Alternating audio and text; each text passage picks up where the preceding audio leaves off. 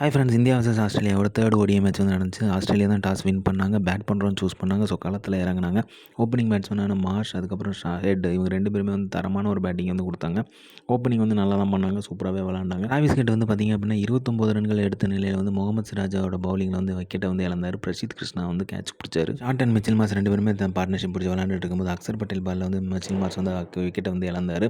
சரியான போல்ட் ஆனாருங்க. அதுக்கப்புறம் short and ரன்ஸாக 2 பேருமே நின்று விளாண்டுட்டு இருந்தாங்க. அவங்களோட பார்ட்னர்ஷிப்புமே நல்லா மீடியமாக போயிட்டு இருந்துச்சு. அந்த டைமில் வந்து ஷார்ட் தன்னோட விக்கெட் வந்து இழந்தார். வாஷிங்டன் சுந்தர் பாலில் விராட் கோலி சூப்பரான கேட்ச், அதுவும் சரியான கேட்சை பிடிச்சாரு. அது வேறு லெவலில் இருந்துச்சு பார்க்கறதுக்கே. அதுக்கப்புறம் அலெக்ஸ் கேரியும் ரன்ஸாகவும் வந்து 2 பேரும் விளாண்டுட்டு இருந்தாங்க. ஸோ அலெக்ஸ் கேரியோட விக்கெட் வந்து ஏர்லியாகவே போக வேண்டியது, ஆனால் கேட்சை வந்து மிஸ் பண்ணிட்டாங்க. சூப்பரான ஒரு கேட்ச் வந்து ஸ்ரேயஸ் ஐயர் பிடிப்பாருங்க. அந்த கேட்ச் வந்து வேறு லெவலில் இருந்துச்சு. அலெக்ஸ் கேரியோட விக்கெட் வந்து அதுலேருந்து காலியாகுது. ஸோ 24 ரன்கள் எடுத்திருந்த நிலையில் வந்து அவுட் ஆகிட்டு போகிறார். ஸோ ரன்ஷா அதுக்கப்புறம் கான்லே 2 பேருமே நின்று விளாண்டுட்டு இருந்தாங்க. அந்த டைமில் பார்த்திங்க அப்படின்னா கான்வே தன்னோட விக்கெட் வந்து ஹர்ஷித் ராணா கிட்ட வந்து இழந்தார். ஸோ 23 ரன்கள் தான் அவர் எடுத்தார். லாஸ்ட் மேட்ச்சில் அவர் தான் வந்து பொலப்பொலன்னு பொழந்தார். இந்த தடவை பார்த்திங்க அப்படின்னா ஹர்ஷித் ராணா வந்து அவரோட விக்கெட் வந்து எடுத்துட்டார். ஸோ ரன்ஸை வந்து ஆஃப் செஞ்சுரி அடித்து தரமான ஒரு சம்பவம் பண்ணார். ஸோ அதில் வந்து பார்த்திங்க அப்படின்னா அவர் வந்து 56 ரன்கள் எடுத்திருக்கும் போது வாஷிங்டன் சுந்தரோட பாலில் வந்து எல்பிடபிள்யூ ஆகிட்டார். மிச்சல் ஸ்டார்க், அதுக்கப்புறம் வந்து எலிஸ் எல்லாருமே வந்து சொற்ப ரன்கள் இழந்தாங்க. ஸோ நேத்தன் எலிஸ் பார்த்திங்க அப்படின்னா 16 ரன்கள் அடித்தார். ஹேசல்வுட் வந்து டக் அவுட் ஆனார். ஸோ இந்த மாதிரி விளாண்டுட்டு இருந்தாங்க ஆஸ்திரேலியா. ஸோ பவுலிங்கில் வந்து இந்தியன் பவுலிங் வந்து தரமான ஒரு சம்பவம் பண்ணாங்கன்னு தான் சொல்லணும். அந்தளவுக்கு டைட் பண்ணாங்க. வேறு லெவலில் பவுலிங் பண்ணாங்க. முகமது சிராஜ் ஒரு விக்கெட் எடுத்தார். ஹர்ஷித் ராணா வந்து 4 விக்கெட்டுகள் எடுத்தார். பிரசித் கிருஷ்ணா வந்து ஒரு விக்கெட் எடுத்தார். குல்தீப் யாதவ், அக்சர் பட்டேல் இவங்க 2 பேருமே ஒரு விக்கெட் எடுத்தாங்க. வாஷிங்டன் சுந்தர் பார்த்திங்க அப்படின்னா சூப்பராகவே 10 ஓவர்கள் போட்டு 44 ரன்கள் தான் கொடுத்தாரு. 2 விக்கெட்டுகள் எடுத்தார். இந்த ஓடிஐ மேட்ச்சில் வந்து பார்த்திங்க அப்படின்னா பவுலர்ஸ் வந்து செம்மையாகவே டைட் பண்ணாங்க. ஃபீல்டிங்குமே செம்மையாக டைட் பண்ணாங்க இந்தியன்ஸ். ஸோ நல்லாவே இருந்துச்சு பார்க்கறதுக்கு. ஸோ ஆஸ்திரேலியா அதனால் வந்து பயங்கரமாக திணறினாங்கன்னு தான் சொல்லணும். அந்தளவுக்கு வந்து அவங்களால ஸ்கோர் பண்ண முடியலங்கிறது தான் உண்மையும் கூட. ஸோ அதனால் அவங்க ஃபைனலாக அடித்த ஸ்கோர் பார்த்திங்க அப்படின்னா 236 ரன்கள் தான் அடித்தாங்க 46.4 ஓவரில். இந்தியா வந்து 237 அடித்தா வெற்றி அப்படிங்கிற மாதிரி களத்தில் இறங்கினாங்க. கேப்டன் சுப்மன் கில்லும் ரோஹித் சர்மாவும் களத்தில் இறங்கினாங்க. ஸோ ஓப்பனிங் பேர் வந்து நல்லா தான் இருந்துச்சு. பயங்கரமாக விளாண்டுட்டு இருந்தாங்க. அந்த டைமில் பார்த்திங்க அப்படின்னா சுப்மன் கில் வந்து தன்னோட விக்கெட் வந்து ஹேசல்வுட் பாலில் வந்து விக்கெட்டை இழந்துட்டு போயிட்டார். இன்னொரு பக்கம் பார்த்திங்க அப்படின்னா ரோஹித் சர்மா அதிரடியாகவே ஆரம்பிச்சிட்டாரு. ஸோ அவரோட ஆட்டம் வந்து அதிரடியாக தான் இருந்துச்சு. ஸோ 69 ரன்கள் பார்ட்னர்ஷிப் விக்கெட் வந்து பிடிச்சாங்க. ஸோ அதுக்கப்புறம் பார்த்திங்க அப்படின்னா Virat Kohli, Rohit சர்மாவோட partnership இறங்குச்சு. So last 2 ஓடிஐஸில் பார்த்திங்க அப்படின்னா 2 பேரோட பார்ட்னர்ஷிப்புமே நிலைக்கல. ஏன்னா விராட் கோலி டக் அவுட் ஆகிட்டார். ஸோ அதனால் வந்து நிலைக்கல. ஸோ இந்த மேட்ச் எப்படி பண்ண போகிறாரு, என்ன பண்ண போகிறாரு எல்லாருமே வெயிட் பண்ணிகிட்டு இருக்கும்போது ஒரு ரன் எடுத்தார் விராட் கோலி. அப்போ பார்த்திங்க அப்படின்னா ஸ்டேடியமே ஃபுல்லாகவே கிளாப் பண்ணுச்சு. அதுக்கப்புறம் தாங்க தரமான சம்பவம் ஆரம்பித்து நம்மலாம் எதிர்பார்த்துட்டு இருந்த ரோக்கோ காம்பினேஷன் வந்து செம்மையாக ஷோ பண்ண ஆரம்பித்தாங்க. வேறு லெவலில் ஒரு பேட்டிங்னா என்ன அப்படிங்கிறத காமிச்சாங்க. நிதானமான பேட்டிங்கையும் காமிச்சாங்க, அதிரடியான பேட்டிங்கும் காமிச்சாங்க. பொறுப்பான ஆட்டத்தை வெளிப்படுத்தினாங்க 2 பேருமே.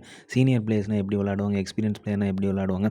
ஸோ 4 பக்கமே செதற விட்டாங்கன்னு தான் சொல்லணும். அந்தளவுக்கு வந்து பவர்ஃபுல்லான பேட்டிங்காக இருந்துச்சு ரோஹித் சர்மாவும் விராட் கோலியும். ஸோ ரோஹித் சர்மா பார்த்திங்க அப்படின்னா 4 பக்கமும் அதிரடியாக அடித்தார்.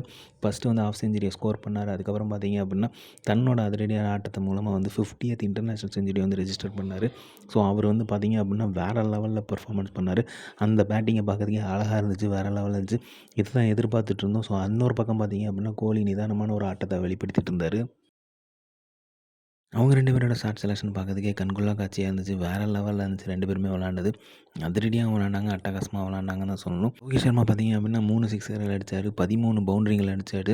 ஸோ பார்க்கறதுக்கே நல்லா இருந்துச்சு. ஆஸ்திரேலியன் கிரவுண்டில் அதுவும் அடிக்கிறது, சிட்னி கிரவுண்டில் அடிக்கிறதுங்கிறது சாதாரண விஷயம் இல்லை. ஸோ அதனால் வந்து பயங்கரமாக விளாண்டார். சூப்பராக இருந்துச்சு அந்த செஞ்சுரியை பார்க்கறதுக்குமே. செஞ்சுரி வந்து தரமான செஞ்சுரி. ஸோ 2 பேருமே நிலச்சி நின்றுட்டாங்கன்னு தான் சொல்லணும். அவங்க 2 பேர் விக்கெட்டையும் கடைசி வரைக்கும் எடுக்கவே முடியல. அந்த அளவுக்கு வந்து நிலச்சி ஆடிட்டே இருந்தாங்க. ஸோ தரமான பேட்டிங்கை பண்ணிகிட்டு இருந்தாங்க. கம்மி ஓவரில் இந்தியா வந்து தன்னோட விக்டரி வந்து ரெஜிஸ்டர் பண்ணியிருக்காங்க. விராட் கோலி பார்த்திங்க அப்படின்னா 74 ரன்கள் எடுத்திருந்தார் 81 பால்களில். ரோஹித் சர்மா பார்த்திங்க அப்படின்னா 121 ரன்கள் அடிச்சிருந்தார் 125 பால்களில். 2 பேருமே தரமான ஒரு பேட்டிங் காமிச்சாங்க. 38 ஓவரில் வந்து இந்தியா வந்து அழகான ஒரு விக்டரியை வந்து ரெஜிஸ்டர் பண்ணுறாங்க. 69 பால்கள் மீதம் இருக்கிற போது இந்தியா வந்து விக்டரியை ரெஜிஸ்டர் பண்ணியிருக்காங்க. 9 விக்கெட்ஸ் வித்தியாசத்தில் வந்து இந்தியா தன்னோட விக்டரியை வந்து ரெஜிஸ்டர் பண்ணியிருக்கு. இந்த மாதிரியான ஒரு கேமை தான் எல்லாருமே எதிர்பார்த்துட்டு இருந்தோம். இந்த மாதிரியான ஒரு பெர்ஃபார்மன்ஸை தான் எல்லாருமே எதிர்பார்த்துட்டு இருந்தோம். அதை வந்து பயங்கரமாக ஷோ பண்ணாங்க. 2 பேருமே வான வேடிக்கையாக இருந்துச்சு. ஸோ இதை தான் வந்து எதிர்பார்த்துட்டு இருந்தோம். பிகாஸ் ஆஃப் டாஸ் வின் பண்ணனாலையா இருக்குமோ, ஒருவேளை பேட் ஃபஸ்ட் பண்ணாங்க, இவங்க 2வது பண்ணனாலையா இருக்குமாங்கிறது தெரில. ஏன்னா டாஸ் வந்து ஆஸ்திரேலியா தான் கம்ப்ளீட்டாகவே வின் பண்ணாங்க. ஸோ ஸ்கோர் போர்டில் வந்து எவ்வளோ தூரம் ரன்ஸ் போட்டாங்க அப்படிங்கிறது தான் முக்கியம். ஸோ அதை வந்து பார்த்திங்க அப்படின்னா செகண்ட் ஓடியில் நல்லாவே ட்ரை பண்ணாங்க. கொஞ்சம் இன்னும் ஸ்கோர் வந்து அடிச்சிருந்தாங்க அப்படின்னா கண்டிப்பாகவே டைட் பண்ணியிருக்க முடியும். இந்த சீரியஸ் வந்து த்ரில்லிங்காகவே இன்னும் போயிருக்கும். ஸோ இதனால் பார்த்திங்க அப்படின்னா 2-1 சொல்லி ஆஸ்திரேலியா வந்து லீட் த சீரியஸ் பண்ணியிருக்காங்க. ஸோ சீரியஸ் வந்து ஆஸ்திரேலியா தான் வின் பண்ணியிருக்காங்க. இதுக்கப்புறம் ரோக்கோ காம்பினேஷன் வந்து ஆஸ்திரேலியாவில் விளையாட மாட்டாங்க. ஸோ, அதனால் அவங்க பெர்ஃபார்மன்ஸ் எப்படி இருக்கும்போது வெயிட் பண்ணும்போது இந்த ஓடிஐ சீரிஸ் வந்து நல்லாவே இருந்துச்சு. 2 பேருமே தரமான ஒரு பேட்டிங்கை வந்து காமிச்சிருந்தாங்க. ஸோ, அங்கே வந்து இந்த இந்தியன்ஸுமே செமையா என்ஜாய் பண்ணாங்கன்னு தான் சொல்லணும். ஸோ, ஆஸ்திரேலியன் சைடில் எப்படி ஒரு இன்னிங்ஸ் வந்து ரோஹித் சர்மா வந்து விளாண்டுருக்காரு. பிளேயர் ஆஃப் த மேட்ச்மே அவர் தான் வந்து வாங்கியிருக்காரு.